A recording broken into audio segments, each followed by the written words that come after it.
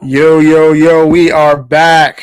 This is Antoine Smalls with Financial Blueprint for another week with the stock market live update. Every week we're going to come together. We're going to have this conversation. We're going to talk about the stock market, and we're going to ultimately give the game and information that we have currently right now for the week live while the market is open in real time. All right. So this week, right? Go Eagles, by the way.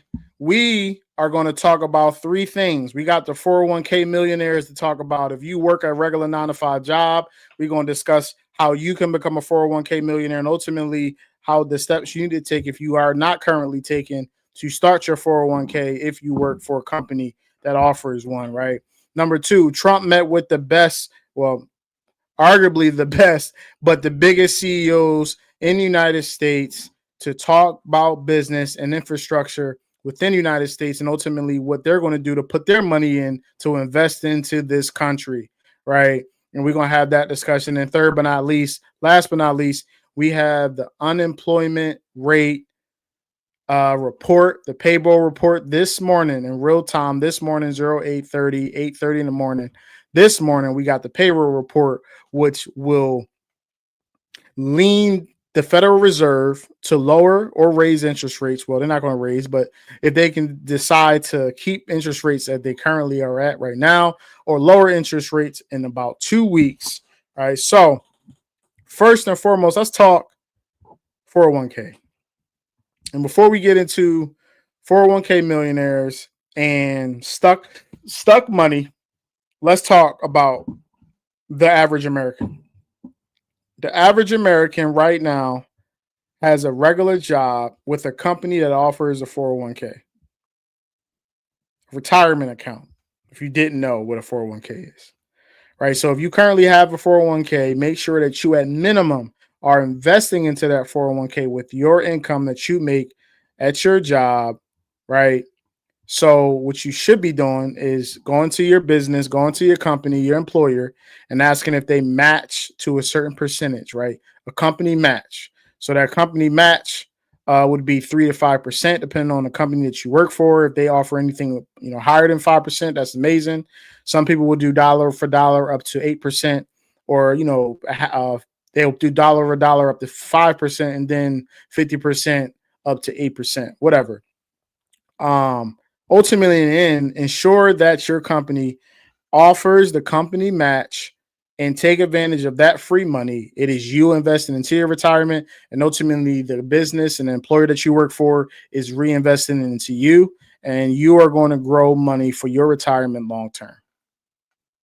If you are currently investing into your 401k, ensure that you don't have any stuck money, that you don't have a previous 401k that you're no longer even managing, and ultimately in the end, you are putting that money into the market and into other funds that's ultimately helping you grow money long term. Right. So let's take a moment and let's talk 401k millionaires, and we have a report, and let's get into that report. We have some good news to report. Fidelity Investments says that as the stock market has gone up, there are a record number of 401k millionaires in America right now. Overall, average 401k balances hitting an all-time high this year as markets came back. Now, most of you don't touch where you invest your 401k money, maybe move it around a little bit, but are some of those 401k savers kind of stuck in outdated investments?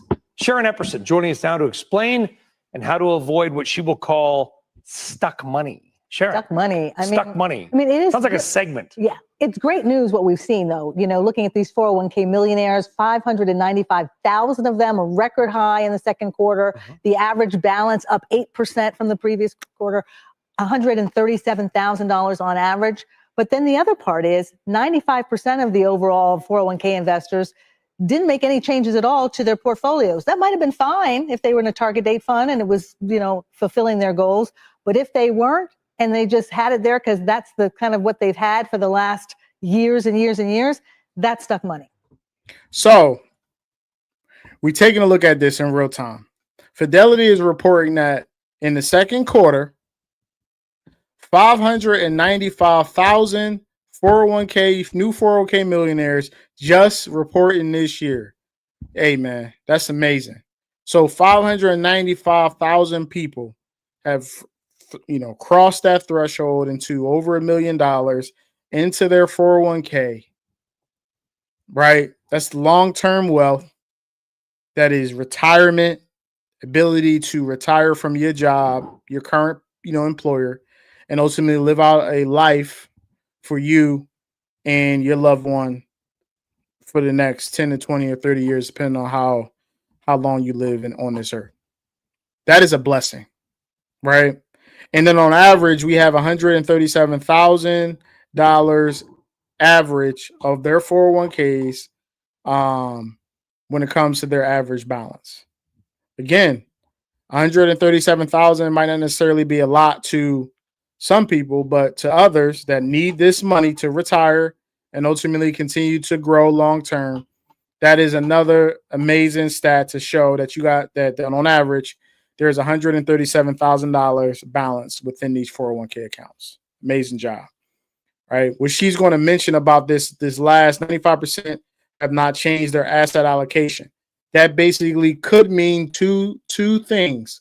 One, they're investing their money the right way, so they don't need to change their allocation.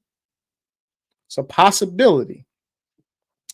What is more likely the case, and what she would talk about stuck money, is people not paying attention to their 401k, not changing allocations, not changing funds, not looking at the stock market, not looking at how they can put money into the market. They could be just sitting in a treasury fund or a very low dividend paying fund where they're not really making any real money with their balance, right? And what you don't want to do is get into a situation where you're not making money in your 401k and you don't have it in the market to where you see that asset appreciation and stock appreciation in your 401k. That's money that you haven't properly invested. And it could be in your 401k. It could be a forgotten 401k from a previous employer where the money's just stuck there. You've forgotten you had it, so you haven't invested. People forget they have 401ks. I don't know how you do that, but some people do. People forget stock certificates that they got decades and decades ago, and what they should. They lose their Bitcoin key. Oh, that's a separate segment. This was the second quarter of this year was not a normal quarter. No, okay, sometimes stocks go up, go down a little bit, whatever. Yeah. Stocks got crushed on the tariff news, right? The markets fell 20%. General news programs, I'm not pointing any fingers at any of them because they pretty much all did it. We're like, hair on fire, we're doomed. Right. It's shocking, the data that you've got, that people, thankfully, didn't panic. No. I mean, thankfully, they didn't panic. They kept their savings rate steady, close to 15% when you think about what the employers were putting in and the employee contribution. That's fantastic news. And the fact that people were not doing what a lot of stuck money people do and hoard cash or, sell everything and put it into cash. And then outside of those 401ks, some people were doing that. So it's just important to constantly be thinking about what the long-term goal is, because we're talking about 401k money, right? So we're talking about the long-term goal and make sure that what the investments are going to add up to what you need. So what's important in this conversation is again, if you have a previous 401k from a previous employer that you need to roll over into an IRA or roll over it into your current 401k, make sure that you don't lose track of that previous 401k, because a lot of times when people leave positions, they leave jobs, they forget that they had a previous 401k and that money just sits there, and some people just forget about it, right? You don't want that situation. If you don't currently have a 401k, make sure that you call your employer on Monday. If you at your job right now, call them right now, your HR, and ask, hey, do you have company matching? If you do have company matching, make sure you start taking advantage of that. Last but not least, if you do have a 401k and you are invested, make sure your allocations is correct. Move them around if you need to. If you're not investing into the stock market, suggest that long-term, again, this is a long-term opportunity. This is not investing for a year. This is not investing for 5 years. This is a 10, 20-year investment opportunity, right? So the market on average goes up 8 to 12%. That is a fact. That is not my opinion. make sure you take advantage of the company matched free money as well as asset appreciation and growth in the stock market long term within your 401k. All right. So the president of the United States has met with some of the biggest CEOs, business owners, business CEOs in the industry in the United States. And he met with them at the White House and they had a meeting. And let's have a quick conversation of what they discussed and ultimately what the president is looking to do over the next 5 to 10 years. President Trump hosting tech leaders at the White House last night. CEOs included Mark Zuckerberg, Sam Altman, Tim Cook, and Satya Nadella, all around the table with the president praising him for his leadership and outlining plans for multi-billion-dollar investments in the U.S. Joining us right now is Congressman Ro Khanna of California's districts in the heart of Silicon Valley. You watched this. This was very much like a cabinet meeting where everybody went around in a circle and told the president how great he was. What did you think of that? I was going to say the same thing. I couldn't tell if it was a cabinet meeting or if this was a tech CEO meeting. I mean, the flattery was over the top. They're scared. They don't want to be targeted with the tariffs. They don't want him to tweet something out about a DEI program. But here's the problem. They weren't honest with him. In private, they'll tell you they really have a problem with the tariffs that are on India and on Japan. They'll tell you they have a problem, as Bill Gates has said, about USAID being gutted. They'll tell you they have a problem with the attacks on universities. By the way, I think they'll tell that to him privately. They just won't tell him that around that table. When you've got a photo op like that and you've been invited to a dinner, I can't think of any scenario where somebody, even a foreign leader, shows up and is super critical at a point when you've got the photo op and everybody's around. It's those are more for showing off, like, hey, we're working together, we're building together. Sure. So before we continue, anybody ever heard of criticize in private and praise in public? Anybody heard of that? If you are a loved one of mine, my wife, my children, close friends, etc. If I disagree with you, I'm not going to disagree with you in public. I'm not going to embarrass you. I'm going to criticize you when we get back into the house, it's just us, and we can have a real conversation about what's going on. That's just basic, respect and the relationship, as well as doing business in front of the camera. So what she is basically articulating is the fact that you don't know what they've been telling him in private. You don't know that the Apple CEO, Tim Cook, Microsoft CEO, OPENAI CEO, Google CEO, etc., have come to Donald Trump and said, hey, bro, yeah, I mean, all of the tariffs that you're doing right now, it's really going to hurt our business, which then is ultimately going to hurt the United States of America, the consumers, right?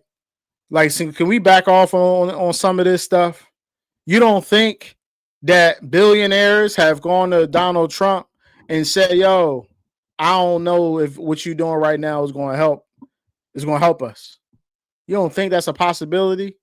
I just think sometimes, like, we so quick to try to criticize people in the time that we live in now, that we don't take a back seat, take a second and think. More than likely in this situation, they all sitting around a table. Some of their wives is there. It's a photo op. We going around and talking about what we are investing from a business perspective, what we are investing into this country. We're trying to build up infrastructure, energy, as well as data centers, chip manufacturing, and ultimately artificial intelligence, the growth and the GDP growth of this country long term. We are here to show that we are aligned with the president and how we agree that the United States need to be the technological powerhouse over the next 20 years, 30 years moving forward. Maybe that's what that was for. Not to sit here and talk about a bunch of other things and criticize and talk about things we would normally talk about in private, but we want to then talk about it in front of cameras in public when that really doesn't benefit nobody in this situation right now. And I'm not even going to bring up, the fact that the Democrat at the table is now going to start talking about and criticize the president for sitting around the table with business leaders to try to get them to invest into the country that you ultimately then benefit from with the growth and the GDP growth of the country long term. How's that make sense? Why? Because you just don't like the man? We got to get out of our feelings. We do. We got to get out of our feelings and start talking business, talking investment, talking growth, GDP, security, protection for the country and for the future of this country. How about we do that? They were critical of President Biden, though, in public and in private. When they were meeting with him at the White House, probably. I would say I didn't see many meetings like this at the White House of tech leaders with President Biden. He did meet with them. He met with them more in Silicon Valley than in the White House. But they would speak out to the press. I mean, they were critical of Lina Khan. They were critical of Gensler. They were critical of what they thought was regulation. Yeah, but the only thing I would say is the setting last night, when you're in that setting, it's probably not one where you're going to be super critical. But I hear your point about being willing to speak out publicly about things when you're not actually sitting next to the president. No, see, what we don't need to do is try to make him feel good about the fact that, dude, bro, you don't know what they talk about in private. And we know time and place is important. This ain't the time to be overly critical of somebody that's putting tariffs out there when in reality, this is what I would call a Photoshop dinner. You brought cameras in there. This was already set up. We know the reason why you're here. We all sitting around the table for you to tell me what you're going to do when it comes to investing into the United States of America and how we can grow and assist the technological dominance within the United States instead of giving them all to our counterparts and our competitors around the world. But you want in this situation for Tim Cook and Sam Altman and the Google CEO, the Apple CEO, as well as Microsoft CEO, to then just go on a tangent and criticize criticize the president around a table with cameras and their wives is there, and that's what you want. We gotta get it together. And I'm not trying to make this a Democratic, Republican, independent conversation. I'll just say the Democrats need to get it together. One of the reasons why y'all lost the presidency is because of stuff like this. We so emotional. We way too emotional. Two things can be true at the same time. You can say this isn't the time for you to criticize a man that's trying to do business and push business within the United States, by then also saying they need to make sure that he understands that tariffs and other policy changes and things like that might be a hindrance to business. Come on. Can we agree and get out of our emotions for a second while she sit there and tell you this ain't the time for that, bro? This ain't the time. This ain't the event for it. It's not the environment for it. You also don't know what they talked about in private. The White House. That's fair. I mean, look, if they wanted to be diplomatic at the White House, right, not go overboard, and then afterwards say, but we have a problem with the tariffs on India. We have a problem with the immigration crackdown. We have a problem with the attacks on universities. We have a problem with what he's doing to the NIH. And some of them don't have a problem with the attacks on universities. Some of them think that there needed to be some things done. And I'm thinking of some people I've spoken with in the last couple of days. But I hear your point that they're a little more reluctant to say the things they don't agree with because they worry about the consequences. And I do think that the big companies, Apple, Google, Microsoft, they have a problem with some of the attacks on the universities. There are people like Mark Andreessen or folks on the libertarian right in Silicon Valley who agree with some of the president on the universities. but the CEOs there, they recruit from these universities, and they certainly don't agree with what he's doing with mRNA and what he's doing with USAID. I would just hope they'd find their voice. In the first term, they found their voice after Charlottesville. This time, they really have not criticized the president publicly. Why do you think that is? The retaliation fear? The retaliation, look, the president's talking about putting tariffs on semiconductors. Now he's saying, okay, I'm going to exempt Apple. I'll exempt your company. If he puts huge tariffs and doesn't exempt them, their companies are going to suffer. If he targets them on social media, their companies are going to suffer. It's actually chilling that we have a president that has this much power over private companies. Let's be clear. The president specifically stated that he's going to put tariffs on semiconductors and companies that are not doing business and building the infrastructure within the United States of America. Let's be clear. So Apple investing billions of dollars into the United States, he's exempting Apple. Obviously, NVIDIA, right? Companies that are TSM, building fabs within the United States, in Arizona, right? Companies outside the U.S. that want to do business with the United States, he's not going to hit them with tariffs. But if you are a company that does not reside in the United States and you are not building up infrastructure and assisting in the continued growth of the United States long term, he's going to hit you with a tariff.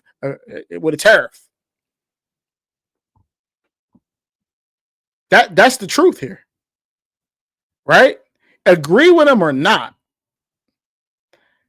we can sit here and look at the situation and say, well, the one thing he is looking to do is continue to build up the infrastructure, the technology dominance, and the continued growth of the United States of America.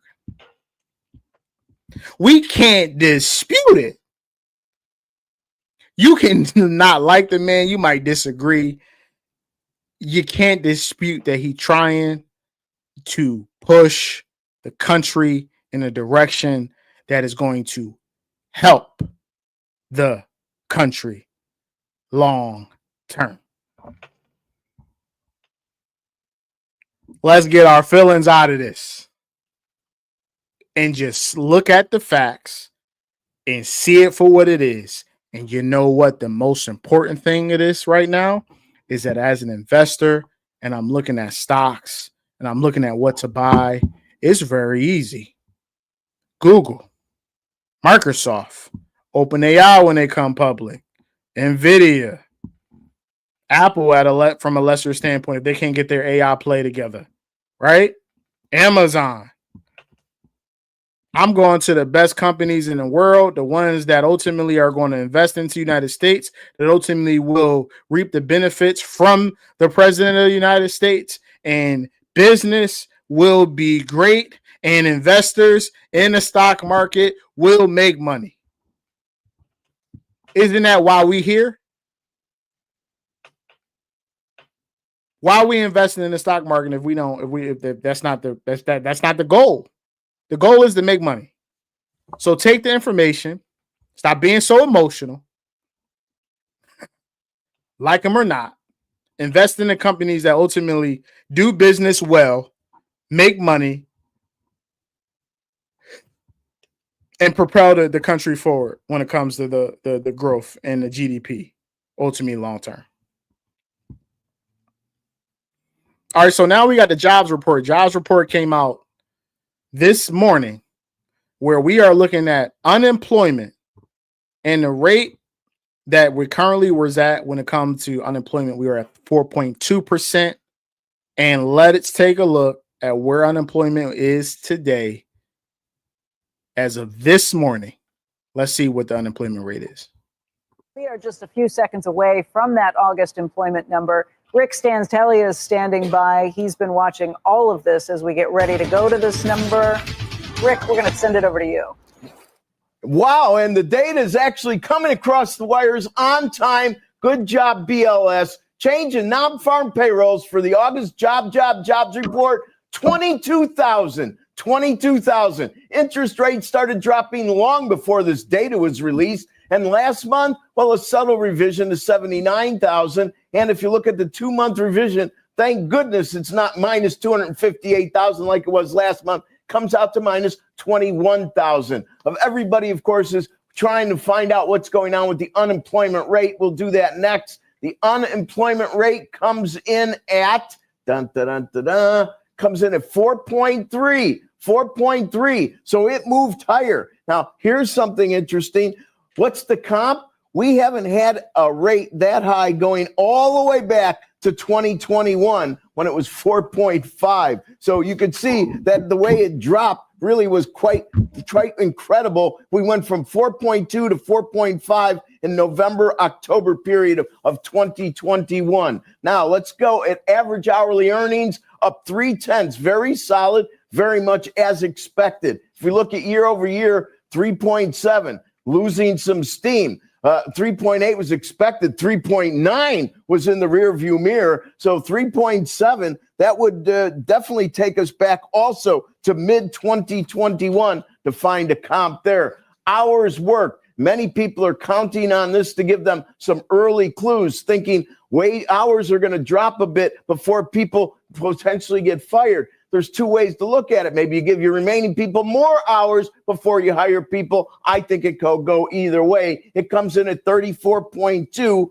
That would be the second lowest of the year. We've had several. 34.1 is where we started the year. So 34.2, kind of figures right in there. And finally, let's look at some of the other numbers we like to pay very close attention to. If we look at the labor force participation rate, and this has not been a good thing. It really has been moving down. We were at 62.6 at the beginning of the year. We're now at 62.3. That's 1/10 better than expected, 1/10 better than the rearview mirror, equals where we were in June. To find a higher one, you have to go to May at 62.4. As I said, it's been steadily moving lower. And finally, we go from 4.3, which is known as U3, the unemployment rate, to U6, which is called the underemployment rate. That zoomed up here also to 8.1%. 8.1% would be the high of the year. Matter of fact, once again, where are we going to find a comp? We're going to the fall of 2021.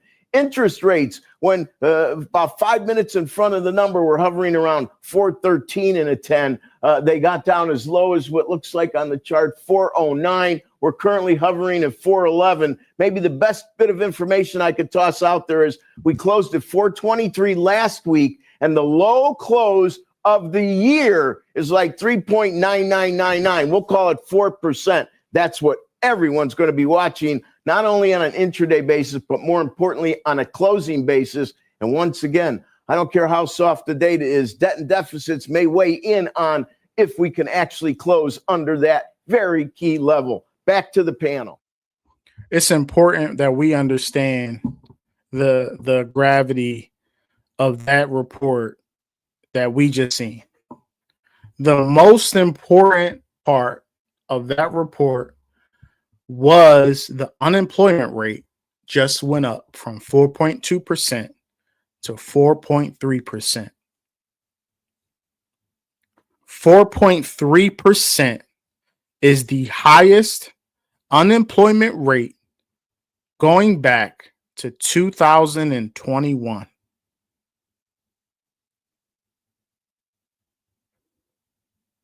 I'm going to repeat that again.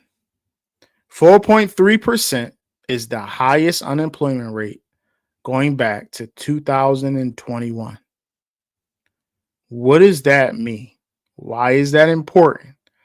Because the Federal Reserve's two mandates: one, lower inflation; two, low unemployment. If unemployment rises, the Fed will have to lower interest rates very soon. Again, the Fed has two mandates: lower inflation, low unemployment. So for you and I as investors, lower interest rates is good for the stock market. Lower interest rates is good when it comes to trying to get a mortgage, a lower mortgage rate. Lower interest rates is good for trying to go out and get loans. Lower interest rates on loans. Lower interest rates is a lower cost of doing business when it comes to the business community. Across the world, lower interest rates is good when it comes to moving money and assets across the world. So the Fed had to raise interest rates, obviously, because we know inflation went crazy after the pandemic. So the Fed had to raise interest rates at a very high rate, as we in the current situation that we sit at right now, when we have interest rates above that 4% threshold from a 10-year perspective, right? When we start lowering interest rates, then it impacts mortgage rates, it impacts banks, it impacts you and I when it comes to going out and getting a loan, as well as doing business and the lower cost of doing business. And then all in all, stocks do better in a lower interest rate environment, and businesses and ultimately mortgage rates do better when it comes to lower interest rates, obviously, also. So this is very important going into the next Federal Reserve meeting, which is coming up in 2 weeks. There is a high likelihood that we see a 25 basis cut, right, to lower interest rates, the federal funds rate. And then we want to see what the future forecast is when it comes to future meetings and the possibility of multiple rate cuts to end the year going into 2026. The market will do well at a lower interest rate environment. The market will do really good. So if you are currently investing into the stock market, you have to make sure you understand these macroeconomics and how they impact the market. If you are looking to buy a house, it's important for you to know this so that when you can plan to try to go get a mortgage, you can get a lower interest rate because you understand how interest rates work, how the Federal Reserve lowered interest rates in September works, how the possibility of loan interest rates going into 2026, and how much lower a mortgage rate could be a year from now versus right now. This is all very important, right? So understand these things, know the information. This is why we're here, to give out this information so that you can then propel yourself in your individual situation, ultimately in your life moving forward. All right, so last but not least, we're taking a quick look into the market. We're going to take a quick look into the current stock market chart, and let's look at S&P 500 right now. As you can see, the market started to take a little bit of a dip right here. As you can see up here, it was at 652. It has come down, hit that 200-day moving average. It bounced off, came back down, tested again, bounced back up. 200 moving average is this red line. If we take a look at NVIDIA came down to 164 today. It is bounced off up to around 166 currently. If it get anything under if it get low 160s into that 150 possible level, I'll buy it. As you can see right now, it has been coming down from its all-time high or 52-week high, which was 184.48. All right, looking out, you can see that it has been coming down from that high in August. All right, looking at Microsoft, similar Microsoft chart. Hit a 52-week high at 555. It is all the way down to 494. Actually, bought a couple shares a day, and I'm also looking to buy more Microsoft. I'm looking at that the 475 level and that 200-day moving average to see if it can come down, hit that 475. If it come down and hit 475, I definitely will be buying more Microsoft for our long-term portfolio. All right, Amazon is still pretty high. I'm not buying Amazon at the high prices currently right now, but if we were to see a dip, we would take a look at that also. If you don't know, Google made it an all-time high. I believe it was yesterday or the day before. I believe that was yesterday. Yep. They won a court case, antitrust case, from the court that basically stated that they would have to possibly break up Google Chrome business. The judge sided with Google, so Google does not have to break up its business, one of its entities of its business. So a headwind, something that was keeping their stock price down, is no longer the case, and now they have a tailwind, and we can see the stock market moved from a 210 level all the way up to over 235 a share, in which, from my account perspective, moved it into the number one overall holding in my account. Google then took the lead over Nvidia due to that rise in price over the last couple days, right? I'm not buying Google at these prices. We will be looking at a pullback and to see if we can buy more shares of Google for our long-term portfolio. So 234, 235, 234, 33 is his current rate right now, and the current price in the market right now. So Google has taken a step forward for its stock price, and it is moving upwards currently. All right, so that is a quick screenshot into the stock market. Continue to tap in with the channel. I'm giving these weekly updates. We are going to continue to put out the information, give out the game, continue to make you guys aware of everything that's going on in the stock market. Continue to tap in with me. I'm Antoine Small's Financial Blueprint. If you like what's going on with the channel, you like the videos I'm putting out, please subscribe to the channel.